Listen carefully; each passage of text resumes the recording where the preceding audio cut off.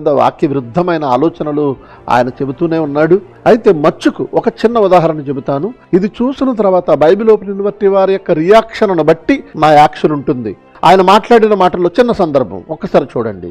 ఆదికాండం 3:22 ఆదికాండం 22 అప్పుడు దేవుడని యెహోవా ఇదిగో మంచి చెడ్డలను ఎరిగినట్లు ఆదాము మనలో ఒకడైపోయాడు. అంటే మనిషి దేవునిలో ఒకడయ్యాడు. మనలో ఒకని వంటి వాడాయను. అంటే దేవుళ్ళుగా వాళ్ళు ఉంటే మనం కూడా మంచి చెడ్డలు ఎరిగిన వాళ్ళముగా ఏమంటున్నాడు అక్కడ? మనలో ఒకని వంటి వాడు. ఏమండి, ఇతను కూడా మనలో కలిసిపోయాడండి. ఎప్పుడు అంటారు మనలో కలిసిపోయాడని? చెప్పండి.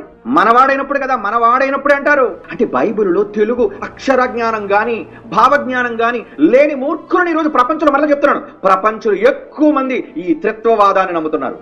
ఆదికాండము 3:22 ఆయన చెబుతూ ఆదాము మనలో ఒకని వంటి వాడాయను అన్న ఆ వచనాన్ని వివరిస్తూ, ఆదాము మనలో ఒకని వంటి వాడాయను అనగా దేవుళ్ళలో ఒక దేవుడైపోయాడు. ఎవరిని మనలో కలుపుకుంటాం? వీడు మనవాడని ఎప్పుడు అంటాం అంటూ ఆయన మాట్లాడిన ఆ పదజాలం గాని, పైగా అక్షర జ్ఞానం లేదు, భావజ్ఞానం లేదు అంటూ ఆయన మాట్లాడుతున్నారండి. అంటే బైబిల్లో తెలుగు అక్షర జ్ఞానం గాని భావజ్ఞానం గాని లేని మూర్ఖులను ఈరోజు ప్రపంచంలో మరలా చెప్తున్నాను, ప్రపంచంలో ఎక్కువ మంది ఈ త్రిత్వవాదాన్ని నమ్ముతున్నారు.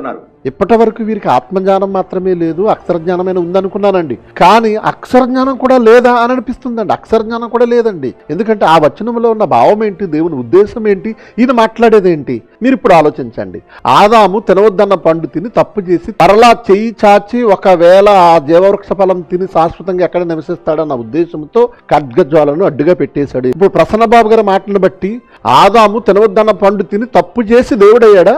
అప్పుడే కదా దేవుడు అతనితో మాట్లాడుతున్నాడు. అంటే ఆదాము తప్పు చేసిన తర్వాత దేవుళ్ళలో ఒక దేవుడయ్యాడా?